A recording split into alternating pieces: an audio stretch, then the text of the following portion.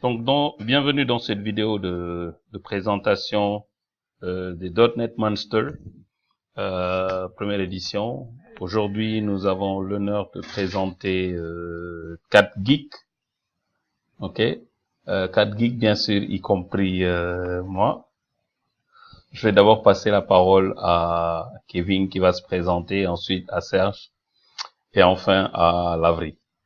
Bonjour les gars, bienvenue à cette première édition de .NET Monster. Alors on dit .NET Monster, mais c'est tout ce qui est langage objet. Donc bien sûr, nous avons un geek Java avec ses grosses lunettes, comme on a l'habitude de le décrire. Donc on va passer par les présentations. Kevin, présente-toi. Salut, moi c'est Kevin Inan. Alors, je suis développeur d'application à Kava Global Service. Voilà, présentement, on est à la base sur un projet dénommé SAST. Voilà, donc je suis un super geek. Et voilà, je pense que c'est tout. Ok, merci Kevin. On va passer la parole à Serge.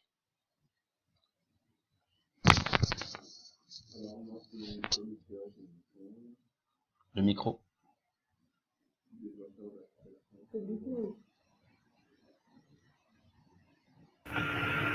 Ok, là c'est bon?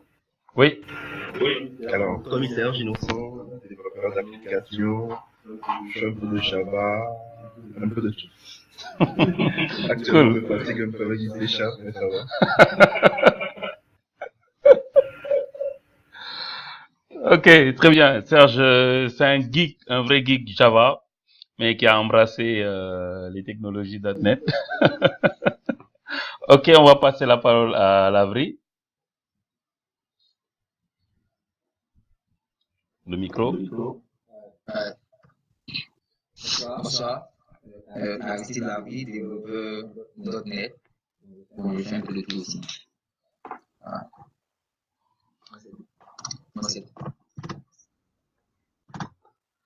Très bien.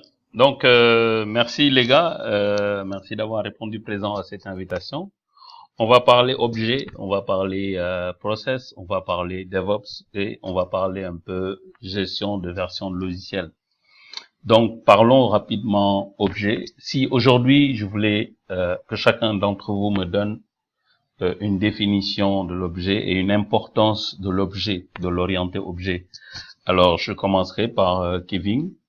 Alors, Kevin voudrait que je passe la parole d'abord à l'aîné, geek aîné. Donc, Serge, une définition très simple de l'objet, de l'importance de l'objet dans le cadre d'un projet, bien sûr, mais surtout de la pertinence de l'objet. Qu'est-ce que tu peux dire aux auditeurs? Micro.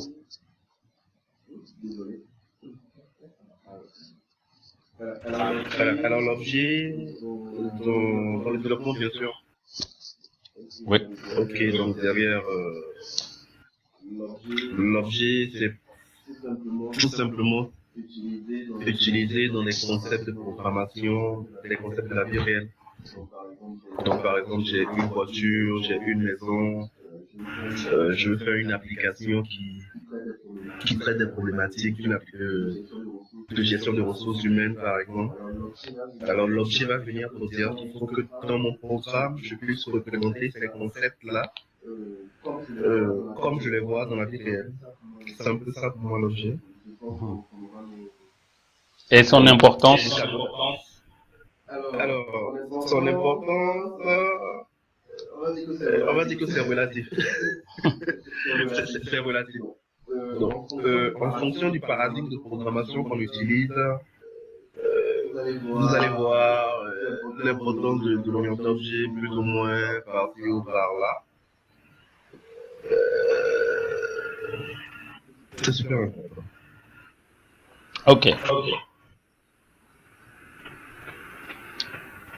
Ok, merci à Serge. Donc, on va passer la parole à Kevin pour un peu donner aussi sa vision de ce que c'est la programmation orientée objet, l'objet, et l'importance ou la pertinence de l'objet. Kevin? Alors, le siège, c'est à peu près ça. Le rendu objet, c'est, comme il a dit, c'est un paradis de programmation. Alors, voilà, dans ce concept, les différents éléments comme des objets. Bon, je le dis de façon littérale. Donc, comme des objets, maintenant, son importance, ça dépend du développeur parce qu'il a plusieurs choix. Il peut choisir la programmation fonctionnelle, mais s'il fait le choix de la programmation orientée objet, je pense que c'est parce qu'il comprend mieux le concept et vraiment qu'il est plus à l'aise dans ce concept-là. Voilà. Donc, c'est important de maîtriser le paradigme de programmation dans lequel on veut s'orienter. Voilà. Donc, je pense que, et puis, je sais pas, je vais pas en retirer, mais je pense qu'il y a une plus forte communauté de développeurs avec le paradigme orienté objet que de développeurs avec d'autres paradigmes. Voilà. Je pense que c'est ça. C'est intéressant d'avoir une communauté et d'avoir des personnes avec qui avancer. Donc, voilà. Je pense que c'est ça orienté objet. Ok. Excellent, Kevin. Donc, je vais m'adresser à Lavry rapidement pour un peu résumer ce qui a été dit. Lavry. Bon, j'ai rien de particulier à ajouter. Les vieux pères ont déjà tout dit. Ça c'est bien, d'accord. Ok.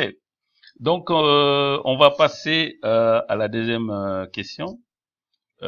Aujourd'hui, on a fixé l'objet. Quel est le meilleur outil qui vous permet aujourd'hui de mieux vous exprimer en objet? On parle de modélisation. Alors, selon vous, quelle est aujourd'hui la norme et en dehors de la norme, quel est votre outil de prédilection pour pouvoir modéliser en objet? Donc, je m'adresse d'abord à Serge. Serge? Micro. Alors, outil de modélisation. Micro. Désolé. Alors, outil de modélisation UML. Oui. Why not? Outil de modélisation objet. Objet. D'accord. Donc, vous avez des outils comme Modelio, qui est super complet, qui permet de faire de la modélisation avec UML. Okay. Donc, de la modélisation objet avec UML. UML, je sais que tout le monde le sait, qui est un langage de modélisation. Donc, l'outil Modelio va permettre de faire une modélisation objet des problématiques qu'on aura pour notre application. Alors, ça, c'est l'outil. Je ne sais pas si la question porte aussi sur le langage. Oui, il y a aussi le langage. Donc, il y a l'outil, il y a le langage. Alors, pour des outils de conception de modélisation, UML avec UML, je conseille Modelio, même s'il y a plein d'outils qui existent. Alors, concernant le langage, sans objectivité, je dirais Java. Tu n'oses pas, parce que c'est du .NET Monster. Je dirais Java, mais ok. J'ai touché un peu à .NET. Bon. Ok. Très bien. Ok, donc merci Serge. C'est un taquin. On parle de .NET Monster, il nous parle de Java, de 5 geeks, bon, il n'y a pas de souci. Mais la prochaine fois, tu vas prendre la fenêtre et non la porte. Bon, ok. Alors, je tourne vers Kevin. Kevin, quel est ton outil de prédilection pour la modélisation objet et on va dire ton outil standard pour tout ce qui est modélisation? Kevin? Micro? Bon, pour tout ce qui est modélisation. Micro. Je pense que je vais pour tout ce qui est modélisation en général. J'utilise, je sais pas de mon contexte, j'utilise Visual Studio. Donc, je pense que j'utilise pour la modélisation le plus souvent. Hein. Ok. Entity Framework. Je pense avec EDMX. Ok. J'ai créé un diagramme. Donc, tu utilises class first, Voilà. model first. Modèle first dans CityStormOk. Mhm. Voilà. Je crée les différentes classes. Et après, on me génère la base de données et tout ça. Voilà. Je pense que avec la CityStormOk, je ressens plus l'orienté objet. Mhm. Voilà. Donc, voilà, j'utilise plutôt ça. J'utilise d'autres ORM aussi comme CodeFluent. Ok. Voilà. Bah, ça dépend du projet en tout cas. Excellent.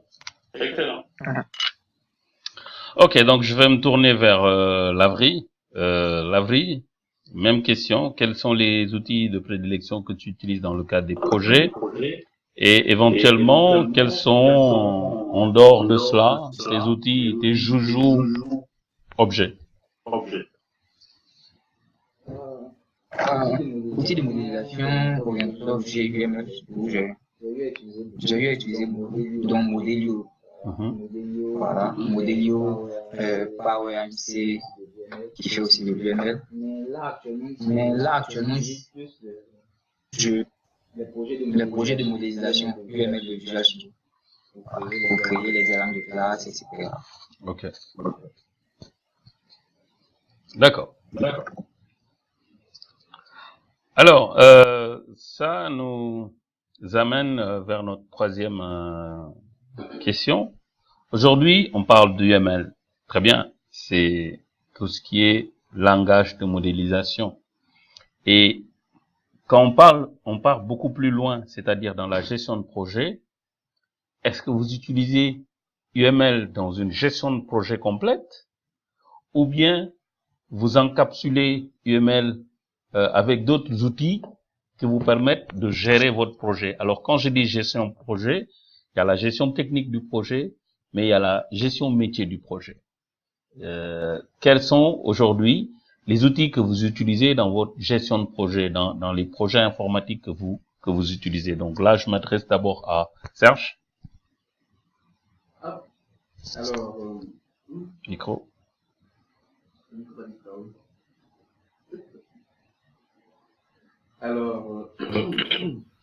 alors aujourd'hui, à l'instant T, où je parle pour la gestion de projet, j'ai beaucoup plus TFS.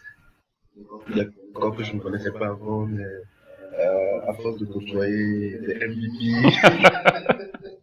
comme Léger, comme Kevin et tout. Donc TFS pour la gestion de projet qui est assez... Bon, c'est waouh, la gestion de projet. Parce que derrière, ça intègre beaucoup de les notions d'agilité et tout, qui sont intégrées à la gestion de code aussi, qui est intégrée à la plateforme. Donc derrière, tu as une plateforme tout en un qui te permet de gérer ton projet de A à Z. Alors, est-ce qu'il y a des outils, est-ce que ça me permet de faire de l'UML ou bien à quoi est-ce que l'UML me sert dans mes projets et tout? L'UML généralement intervient dans une phase de conception pour une fonctionnalité ou des fonctionnalités ou toute l'architecture du projet. Donc derrière, avec l'outil TFS qui est utilisé, je peux faire ma modélisation à côté, l'intégrer dans une issue TFS, je peux mettre à disposition de tout le monde, pour que chacun puisse donner son avis, et ainsi de suite. Maintenant derrière, il y a d'autres outils que j'ai eu à utiliser aussi, comme Scrum, machin chose et tout, qui sont déjà intégrés dans TFS, donc ça va. Ça, c'est une bonne nouvelle. Ok, donc c'est bien. Je vais passer la parole à Kevin. Alors, je pense que Serge a assez bien répondu. On utilise le plus souvent la méthode agile, voilà, avec Scrum. Donc, étant passionné des outils de Microsoft, on est sur le biais TFS, qui intègre à la fois Scrum et tout ce qui est agile, voilà. Donc, je pense que pour la gestion de projet, c'est vraiment TFS qu'on utilise, voilà, qui fait aussi du versionning de code source, donc voilà, c'est TFS et puis rien que TFS. Ça, c'est une bonne nouvelle.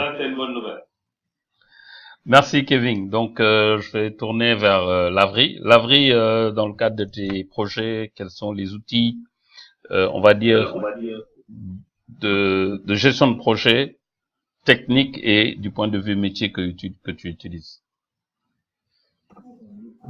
Et les plus rien à dire. C'est TFS nous sont fait ici.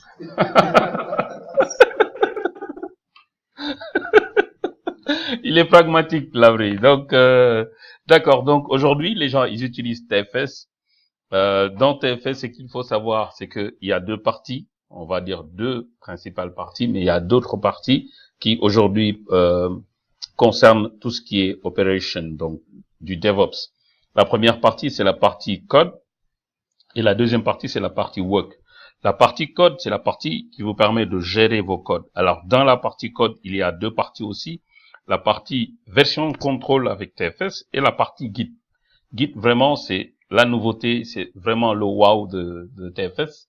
Comme l'a dit Serge, le wow.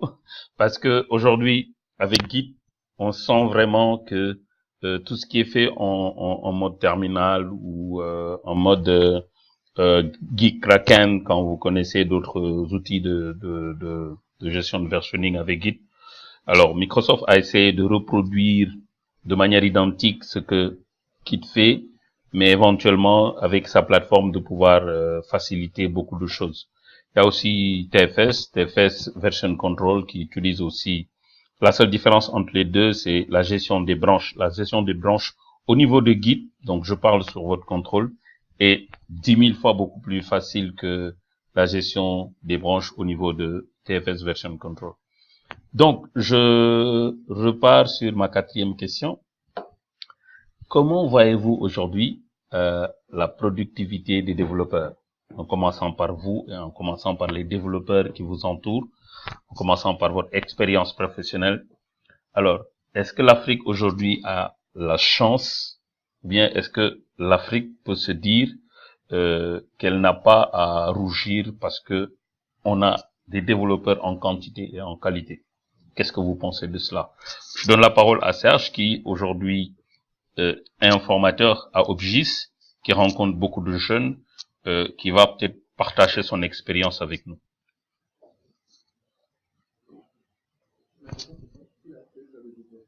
Oui, alors comment tu vois notre environnement, l'environnement de développement?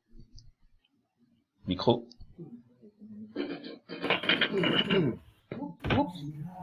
Alors, c'est un constat amer que je peux faire parce que pour moi, la formation des développeurs, la plupart des développeurs avec qui je discute, je sens qu'il y a un manque réel de compétences. Hungry. Voilà. Hungry. Pourquoi un manque de compétences ou de qualifications qui peut être dû à quoi? À la formation qui est donnée. Parce que le problème, en fait, ce qu'il faut souligner, c'est les écoles de formation assez obsolètes. Donc, ça fait que les jeunes qui sont formés, qui sortent, qui viennent sur le marché de l'emploi, ils sont compétents, certes, mais compétents de 30 ans en arrière. Ok. Non, oui, donc après, derrière, on a le programme Office qui permet de former les gens.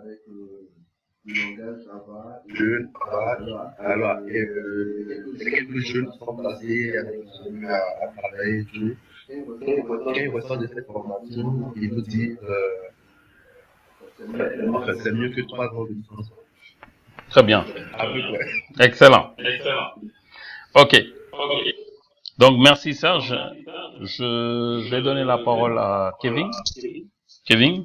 Je suis pas totalement du même avis que Serge. Cool! Parce que je me dis, un développeur, c'est déjà, bon, pour moi, c'est la passion.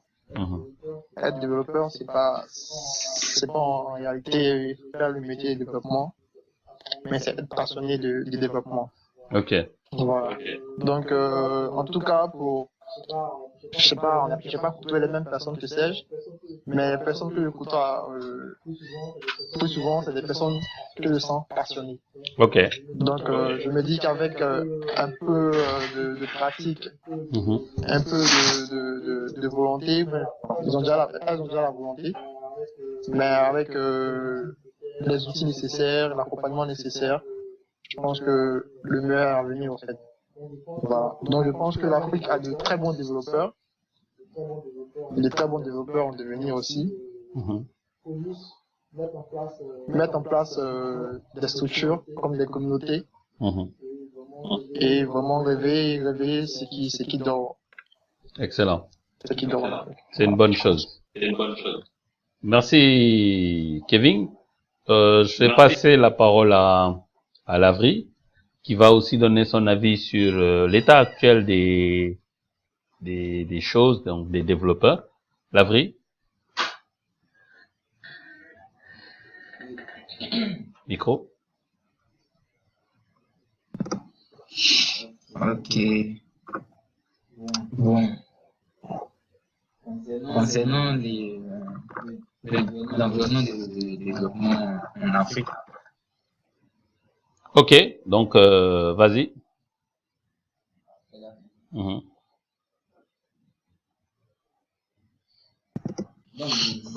donc je disais, concernant l'environnement de développement Mhm. en Afrique, je dirais que on en a de développeurs, de bons développeurs, mais on a aussi des développeurs, comme on le dit, des développeurs 2.0.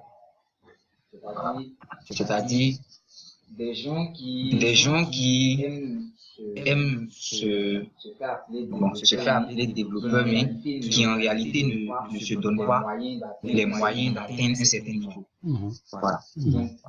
Donc, je pense que partout dans le monde, il y a des gens comme ça, Mhm. qui disent, moi, je suis développeur, voilà. Mais en réalité, qui n'est pas capable, c'est-à-dire qui est bon en théorie, mais en pratique, n'est pas capable de produire des trucs, voilà, pour permettre à disons, l'Afrique d'avancer, en fait. Excellent. On aime beaucoup voir les développeurs américains, Zuckerberg, etc. Ah, mais ce gars, il a développé Facebook, il a réussi. On veut suivre des modèles, hein. On ne cherche pas à travailler. On se dit, le gars, il a de l'argent, il a développé une application, du jour au lendemain, c'est devenu Facebook. Mais non, il a failli, il a bossé dur. Voilà. Donc, il y a beaucoup de développeurs, il y a de très bons développeurs ici. Voilà. J'en connais beaucoup. Voilà. Déjà, il y a certains ici déjà. Voilà. Il y a de très bons développeurs, mais il y a d'autres aussi, bon, qui préfèrent rester dans la théorie. Mhm. Voilà. Très C'est bien. mon avis. Alors, je voudrais intervenir. Serge. Alors, pour moi, un indice, c'est que lorsque vous avez un environnement en Afrique, on va juste prendre des pays, la Côte d'Ivoire, pour moi, quand il y a de bons développeurs, c'est-à-dire que derrière, il y a une bonne communauté, il y a aussi une communauté de développeurs qui se rassemblent quelquefois pour se challenger, pour aller de l'avant. Mhm. Ça, c'est quand tu es développeur que tu restes dans ton coin tout seul, tu désapprends. D'accord, donc pour moi, quand je vais dans des conférences, soit à Abidjan ici ou bien à l'intérieur, autre chose, machin, où je suis 3 ou 4 conférences de suite, tout ce qu'on nous présente, c'est comment faire des Hello World, le langage qui est grec ou truc. Moi, je me dis qu'il y a un manque de compétences. Mhm. Excellent. Excellent. Alors, merci Serge. Je pense que moi j'ai fait cette expérience en venant recruter au niveau de la Côte d'Ivoire, où j'ai quand même, dans le cadre d'un projet de la BAD, cherché des développeurs en local. Bon, normalement sur les 10 à 15 CV que j'ai reçus, il y a que 3 qui répondaient quand même aux exigences, plus ou moins. Il y a que, sur les 3, il y a que 2 qui répondaient de manière, on va dire, 15 sur 20 ou 18 sur 20 aux exigences de la boîte. Donc, je pense que des développeurs, il y en a, mais de bons développeurs, on en cherche quand même. Donc, de ce côté, je vous rejoins tous. OK. Il nous faut vraiment, à un certain moment, se poser la question. Et moi, je vous pose cette question. Et peut-être qu'il y a des milliers, des centaines de milliers, des millions d'étudiants qui sont en train de regarder ce podcast. Qu'est-ce qu'il faut pour être un bon développeur? Est-ce qu'il faut faire des nuits blanches? Mais sur quoi? Est-ce qu'il faut travailler sur quoi? Qu'est-ce qu'il faut vraiment pour être un bon développeur, les gars? Serge? Alors, moi, mon développeur, c'est quelqu'un qui est passionné, passionné par le développement, j'entends. C'est quelqu'un qui a la tête bien posée. C'est-à-dire que c'est une personne qui sait quand je veux monter des escaliers, je dois aller une marche, après une autre, ainsi de suite, ainsi de suite. C'est quelqu'un qui a un certain sens de la logique. Voilà, un passionné, un certain sens de la logique. Quelqu'un qui n'est pas orgueilleux. C'est important. Un développeur n'est pas orgueilleux, un développeur humble, parce que l'informatique, c'est un monde tellement vaste qu'il nous faut à chaque fois nous remettre en question. Il faut montrer, oui, c'est ça, être humble, pouvoir s'approcher facilement des gens et demander, je ne comprends pas telle chose, est-ce que tu peux m'expliquer? Très bien. Voilà. Pour moi, ce sont les éléments qui font de toi un bon développeur. Donc la curiosité, être passionné, voilà. OK. Merci Serge. Donc, je me tourne vers Kevin. Je pense qu'il n'y a plus rien à ajouter. C'est la tout dit, la passion, la logique, la curiosité. Et voilà. Je pense qu'une fois qu'on est passionné, tout coule après. Voilà. Et vraiment, faut aimer ce que tu fais. Et puis bon, je pense que c'est tout. Excellent. Merci. Merci Kevin. Je vais passer la parole à Lavry. Lavry. Je suis là. Mhm. Bon, ils ont pratiquement tout dit. OK. On peut juste ajouter, bon, je pense pour moi, un bon développeur, c'est celui qui sait apprendre de lui-même, apprendre de ses erreurs. Aussi, un bon développeur, on va dire, c'est quelqu'un qui sait, comment on va dire ça déjà? Qui ne sait pas juste utiliser un outil. Voilà. C'est quelqu'un qui comprend par exemple comment une technologie fonctionne. Quel que soit l'outil qu'il devra utiliser plus tard, il pourra remettre en place les mêmes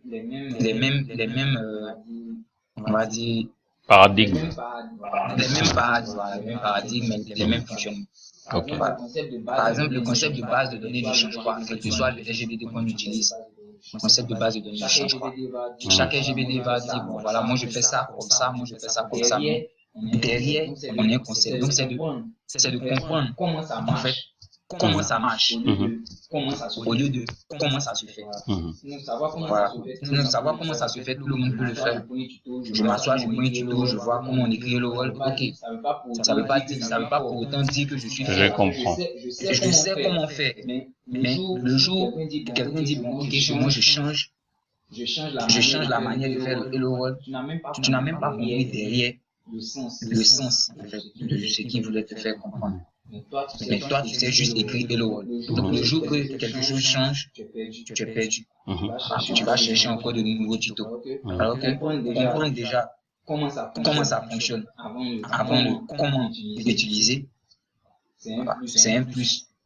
Excellent. OK. Merci, Lavry. Je pense que je vais essayer de résumer tout ce qui a été dit. D'abord, fondamentalement, à 100%, tout ce que vous avez dit, c'est d'être passionné, aimer ce que l'on fait. Et bien sûr, la conséquence, c'est quand on aime ce qu'on fait, c'est quand on met les moyens, on met le temps nécessaire, on essaie de comprendre ce qu'on fait. Et l'autre chose, c'est de pouvoir aller behind the scene, c'est-à-dire aller derrière ce qui est visible, comprendre comment ça se passe derrière pour pouvoir reproduire à l'identique ou améliorer ce qui existe. Donc voilà un peu pour être un bon développeur, qu'est-ce qu'il faut avoir comme prérequis. Alors, je vais passer à la phase beaucoup plus pratique. Aujourd'hui, vous avez dit quelles sont les qualités d'un bon développeur. Mais pour être un bon développeur, en plus d'être motivé, en plus de tout cela, techniquement, qu'est-ce qu'il faut?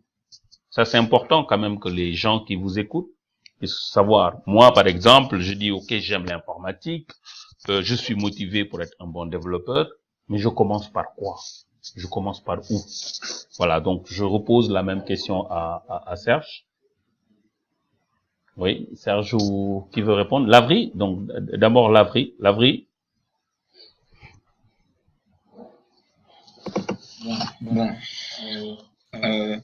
Bon, même j'ai eu à me poser cette question-là quand je débutais aussi en développement. Voilà, où commencer. Donc, moi, j'ai eu la chance de commencer, d'être dans une école informatique, bien sûr, donc de commencer directement à partir de la base, algorithmique, logique, algèbre, etc. Voilà. Mais de façon générale, pour commencer l'informatique, pour moi déjà, c'est la logique. Déjà, avoir la logique, savoir résoudre des problèmes.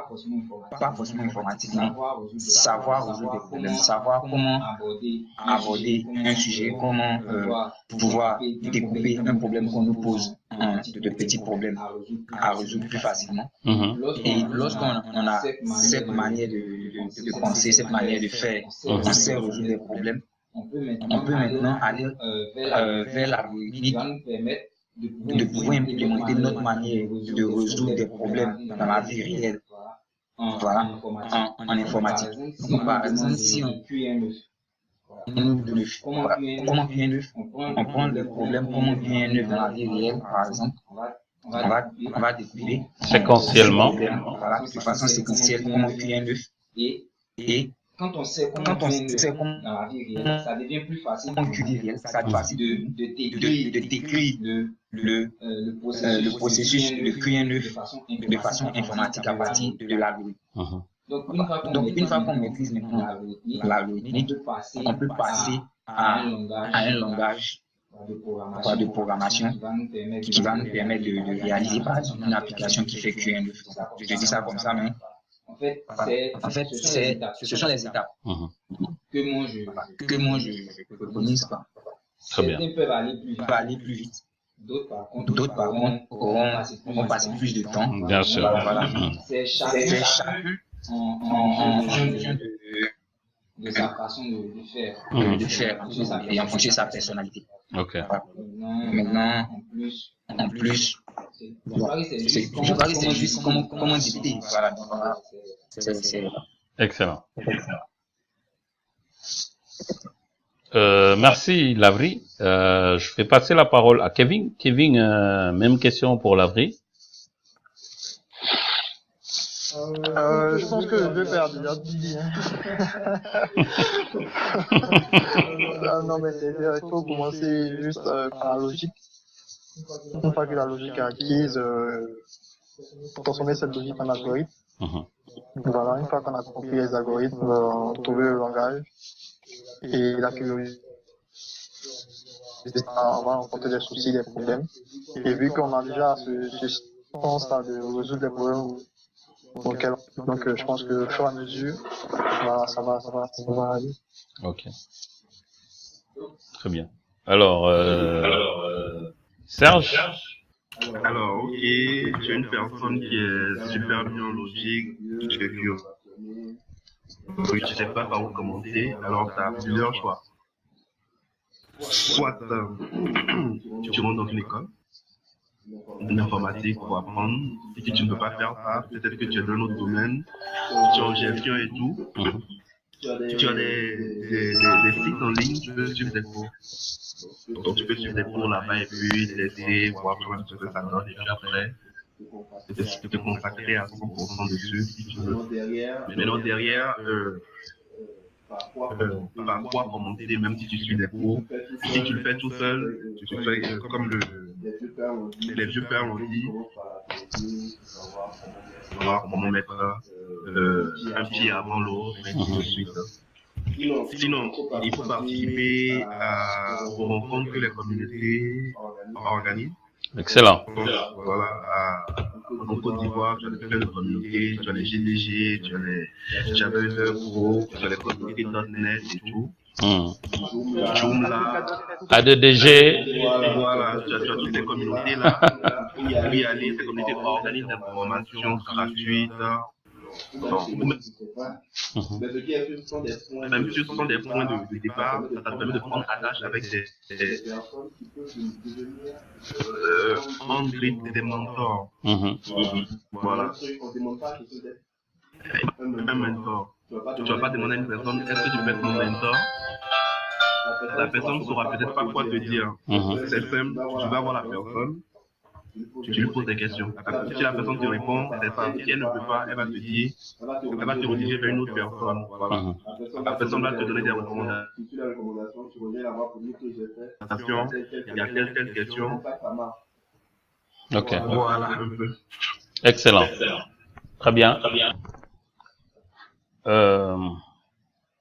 Alors, une dernière question. Je veux vraiment donner à chacun 1 minute à 2 minutes. Supposez que c'est un étudiant qui est là ou un professionnel qui est là, parce que je pense que dans le prochain numéro, on va diagnostiquer le mal qui est au niveau des bureaux, au niveau des développeurs qui sont déjà en entreprise, qui sont dépassés par des langages de programmation, ok, ou qui sont dépassés par des technologies, qui aujourd'hui cherchent des solutions pour monter à niveau, qui n'ont pas forcément besoin d'aller dans une école, à l'université, ok, passer 12 mois. Donc ça, c'est un problème qui existe en entreprise. Mais aujourd'hui, vous avez à conseiller un jeune. Vous avez à conseiller votre petit frère. 1 minute. Que diriez-vous à votre petit frère? Je peux y aller? Ouais. Ok, donc, petit. Donc, si tu commences.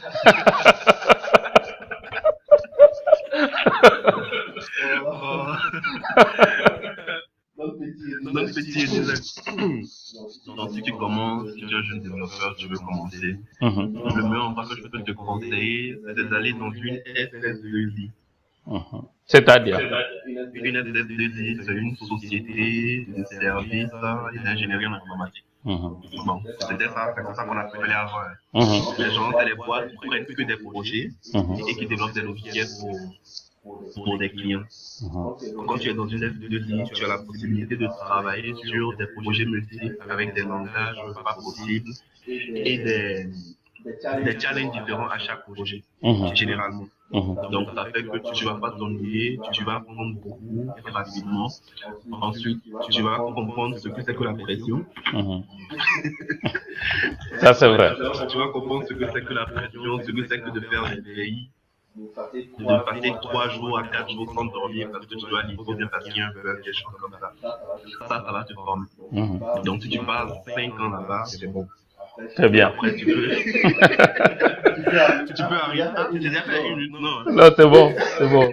Après, tu peux monter un grade ou arriver, c'est pas, dans une boîte où c'est plus relax, où tu peux maintenant faire un retour d'expérience, parce que c'est ça qui est important. Excellent. En tant que développeur, arrive un moment, il y a une courbe d'apprentissage, on apprend toujours, mais les 5 premières années de développement sont des années où tu es jeune, tu as la cour, tu as le plus fort, tu te crois le plus fort, tu as la mytho, tu te parles malade.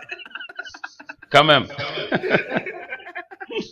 C'est une partie où tu vas apprendre beaucoup de choses, tu vas apprendre et puis après, tu vas faire un partage avec des jeunes frères. Excellent. Donc moi, c'est ce que je peux conseiller pour un début à mon jeune frère. Ok. Après, quand tu vas passer les 5 ans, tu reviens me voir et puis on va parler du reste. Voilà, excellent Serge. Merci Serge. Donc, je passe la parole à Kevin. Kevin. Je crois que ça, il y a déjà tout dit, hein. plus sérieusement, je pense que outre le fait d'intégrer une S2I, Mhm. tu peux par exemple intégrer une communauté de développeurs Mhm. avec lesquels tu vas essayer d'avancer. Je pense que si vous avez des projets communautaires, voilà, vous pouvez essayer d'élaborer des projets à chaque session, comme ce qu'on est en train de faire ici en Côte d'Ivoire avec ADDG. Mhm. Voilà, donc on monte des petits projets. Donc ça sera l'occasion pour toi d'apprendre plus et de confronter à l'égard des personnes qui sont soit en entreprise. Mhm. Voilà, donc tu auras rapidement des retours d'expérience et essayer de toujours pousser par ta curiosité, ta passion. Mhm. Voilà, tu pourras avancer assez rapidement. Excellent. Merci, Kevin. Pas de souci. Lavry.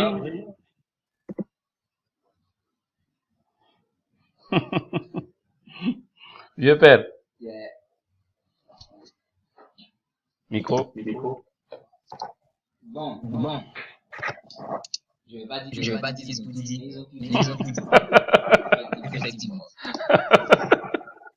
Voilà, donc, le conseil que je donne généralement à mon petit frère qui fait aussi l'informatique, faut pas être pressé. Voilà. Voilà, on se presse pas. On va mollo, doucement, Mhm. mais sûrement. On se presse pas. On va doucement, on apprend en profondeur. Mhm. Voilà, on fait pas, bon, comme on le dit chez nous ici, on fait pas des mains, quoi. Voilà, tu bosses, tu comprends, tu maîtrises la chose avant de chercher à faire autre chose. Mhm. Tu ne pourras pas apprendre 4-5 langages en même temps. Parce que au final, tu n'auras rien appris. Tu auras juste des notions dans chaque langage. Alors que ce qui fait la différence entre les développeurs en Afrique et les développeurs ailleurs, par exemple en Europe, en Amérique, en Asie, c'est qu'ils ont une mentalité de recherche. Ils aiment chercher. Très bien. Donc, il faudrait que chaque développeur ici aime aussi chercher, faire des recherches et ne pas seulement se limiter à des applications, je vais dire quoi, des applications juste pour dire hello world, des applications pour faire le buzz, voilà, pour dire que moi je sais faire telle application, je sais faire telle application. Essayez de pousser plus loin ce que vous cherchez, de pousser plus loin vos recherches. Voilà. C'est comme ça qu'on fait sortir des applications 3D, des logiciels qui font de la 3D dans un navigateur web. C'est comme ça qu'on fait Blender que vous utilisez pour modéliser des bonhommes et puis vous dites là je suis fort. C'est celui qui a fait Blender là. Si lui doit dire il est fort vraiment, c'est que voilà. Donc le conseil que je donne généralement c'est de pousser plus loin les recherches, de ne pas seulement se limiter à faire des logiciels pour impressionner, mais essayer de voir, essayer même de faire des logiciels pour aller sur la lune. Voilà. Excellent. Merci Lavry. Merci à tous nos invités d'aujourd'hui, l'équipe Kava. Donc, si vous voulez connaître le site de ces magnifiques, excellents, extraordinaires développeurs, il faut taper l'adresse KAV2A, donc VAA.net. Donc, c'est des développeurs qui sont dans un projet de la BAD. Au niveau de la planification budgétaire, ils sont en train de concevoir cette application et je souhaite vraiment que l'application soit livrée à temps, que d'autres applications suivent, que même des applications de la NASA, etc., du ministère des Finances, de la Côte d'Ivoire, du Niger, du Togo, du Bénin, etc., etc. Voilà, je souhaite vraiment tout le meilleur pour Kava Global Service. Je dis merci aussi à tous qui suivent ce podcast .NET Monster parce que c'est quand même les monstres du développement qui seront invités ici pour parler des technologies Microsoft. Et je lance un pic aux autres communautés que attention, .NET est devenu open source, .NET Core est open source. Arrêtez de dormir parce que Microsoft arrive. Il va vous chicoter, vous allez voir. OK? Donc, merci beaucoup à tous nos invités. Merci à nos amis.